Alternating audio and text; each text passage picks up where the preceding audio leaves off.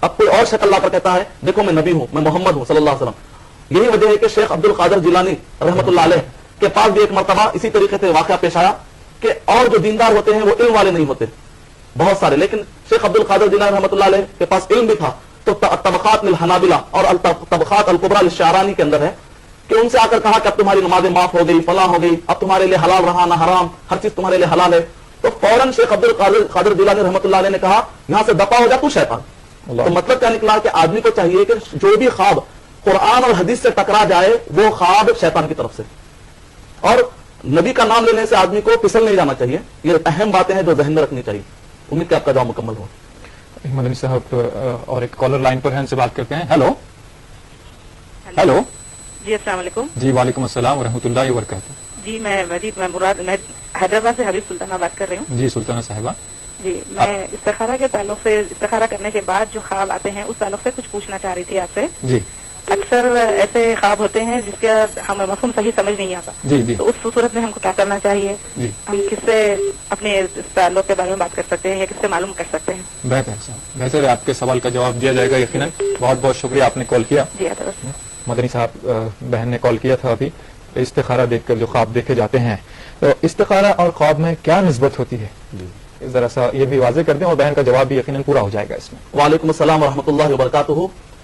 استخارہ کے بارے میں بہت ساری غلط فہمیاں پائی جاتی ہیں اور اس کے طریقے میں بہت سارے غلط فہمیاں پائی جاتی ہیں. اور سب سے بڑی غلط فہمی یہ ہے کہ استخارہ کرنے کے بعد لوگ یہ سمجھتے ہیں کہ اس کا جواب خواب کے ذریعے سے ملے گا، لیکن ایسی حقیقت نہیں ہے. اس لیے کہ خواب جو استخارہ ہوتا ہے صحابہ کرام، ایسی حقیقت نہیں ہے. اس لیے کہ خواب جو استخارہ ہوتا ہے صحابہ کرام دن میں بھی دیکھا کرتے تھے. جیسے بازار کو جا رہے ہیں استخارہ کر لیا. مثال کے طور پر اگر آپ دن کے 12 بج رہے ہوں یا 1 بج رہا ہو، اس وقت پر آپ کو خیال آئے کہ 2 بجے ڈیلنگ کرنی ہے، تو ایسے وقت پر آپ کیا کرتے ہیں؟ استخارہ کرتے ہیں. صرف 1 گھنٹے کا ٹائم ہے آپ کے پاس. تو اب ایسے وقت پر ایک آدمی اگر یہ کہے کہ استخارے کے بعد خواب آئے گا، خواب کے ذریعے سے میں جواب معلوم کروں گا، اب وہ 1 گھنٹے میں سوئے گا کب اور اس کو خواب پڑے گا کب؟ تو قرآن و حدیث میں کہیں پر بھی نہیں بتلایا گیا کہ استخارہ کرنے کے بعد خواب پڑے گا. یہ لوگوں کا اپنا خیال ہے. استخارہ کا مطلب ہوتا ہے طلب الخیر، بھلائی طلب کرنا اللہ سبحانہ و تعالیٰ سے. اور جیسے ہی بندہ اپنا معاملہ اللہ کے حوالے کر دیتا ہے، اس کے بعد جو بھی وہ فیصلہ کرتا ہے وہ اللہ کی رہنمائی میں چلتا ہے. اتنی بڑی فضیلت ہے. تو اس کو الگ سے خواب دیکھنے کی یا پھر مزید جاننے کی کہ اب میں کیا کرنا چاہیے، اس کے بعد اس کو مشورہ کرنے کے بعد اس کو جو چیز سمجھ میں آتی ہے وہ کر لے گا، اس پر اللہ کی مدد آ جائے گی. یہ ہے استخارہ. جو بھی کام آپ کو اطمینان لگتا ہے، شرح صدر ہوتا ہے، آگے بڑھ جائیے. کھٹکتا ہے تھوڑا رک جائیے، مشورے کر لیجیے. اور کسی بھی صورت میں 50-50 معاملہ ہو بھی جائے، اگر آپ فیصلہ لے لیتے ہیں اس پر اللہ کی مدد آ جائے گی. یہ ہے استخارہ. تو خواب کے ذریعے سے استخارے کا جواب نہیں ملتا. اور دوسروں سے استخارہ کرانے کا جو رواج چل رہا ہے، اس کا ثبوت اگر آپ قدیم کتابیں پڑھیں گے کہیں پر بھی نہیں. فلاں اس میں ہوتا ہے کہ وہ شخصیت سے عقیدت بڑھ جاتی ہے اور لوگ جو اللہ سے زیادہ اس آدمی پر بھروسہ کرنے لگتے ہیں اور سمجھتے ہیں کہ شاید وہ استخارہ کرنے سے بات صحیح ملے گی. حالانکہ استخارے کے لیے نبی اکرم صلی اللہ علیہ وسلم فرمایا اذا ہما، جب بھی کسی آدمی کو ضرورت پڑے تو وہ استخارہ کرے. تو حدیث میں آ جائے کہ آدمی ہر ایک انڈیویجل استخارہ کرے. البتہ اگر کوئی اتنا جاہل ہے کہ اس کو عربی پڑھنے نہیں آتا، الف با بھی پڑھنے نہیں آتا، ایسے وقت پر اگر کوئی دوسرا کرتا ہے تو بعض علماء کرام نے اجازت دی. لیکن جو رواج بنا ہوا ہے دوسروں سے استخارہ کرانے کا، یہ بہت ڈینجرس ہے، شریعت کے مزاج سے میل نہیں کھاتا. امید ہے آپ کا جواب مکمل ہے. شکریہ. ہاں میرا سوال یہ ہے کہ رات میں نیند میں سوتے وقت خواب نظر آتا ہے کہ بھئی اس کا نام سے اپنے نائٹ ویل کٹ ہو جاتا ہے، اس کو کہ اپنی عورت کی بجائے دوسری عورت کے ساتھ کسی غیر مرد کے ساتھ مواجہت کر رہے ہیں. جی. تو اس کے اندر غسل لازمی ہے یا اس کا نام کیا برا خواب ہے یا کہ اس کا نام کیا اپنے اس کی طرف سے اسلام کی کیا نوعیت ہے؟ جی جی. آپ تھوڑا سا اپنے اس کے پر عالم سے مدنی صاحب سے پوچھیے اور مجھے تھوڑا سا بھروسہ دلائیے کیا بات ہو سکتی ہے کہ اسلام میں جائز ہے یا ناجائز ہے. بہتر صاحب، بہت بہت شکریہ آپ نے ہمیں کال کیا. مدنی صاحب ابھی بھائی نے کال کیا تھا جو خواب میں دیکھتے ہیں احتلام ہو جاتا ہے، تو اس سلسلے میں کیا وضاحتیں ہو سکتی ہیں؟ وعلیکم السلام ورحمۃ اللہ وبرکاتہ. ابھی بھائی نے یہ سوال کیا کہ خواب میں انسان جو انٹرکورس کے یا اسی طرح احتلام کے جو خواب دیکھتا ہے تو ایسے وقت پر کچھ معلومات دیجیے. اگر آپ پڑھیں گے صحیح بخاری جلد نمبر 9 حدیث نمبر 123 124 اور 125 کے اندر، اور اسی طریقے سے جلد نمبر 9 حدیث نمبر 114 اور 15 کے اندر نبی اکرم صلی اللہ علیہ وسلم نے فرمایا کہ اس ٹائپ کے جو خواب ہوتے ہیں انٹرکورس سے ریلیٹڈ، کہا کہ یہ شیطان کی طرف سے. تو ایسے وقت پر آپ کو توجہ نہیں دینی چاہیے. کسی اور غیر ایسی عورت جس سے آپ نے شادی نہیں کیا اس کے خیالات آ جاتے ہیں تو اس پر توجہ نہیں دینا چاہیے. اور اگر اس دوران احتلام ہو جاتا ہے، منی نکل جاتی ہے، تو ایسے وقت پر غسل کرنا ضروری ہو جاتا ہے، واجب ہو جاتا ہے. ایک آدمی یہ نہ کہے کہ میں نے تو جان بوجھ کر نہیں نکالا، لیکن اگر منی خارج ہو جاتی ہے تو اس کے لیے غسل کرنا ضروری ہو جاتا ہے. امید ہے آپ کا جواب مکمل.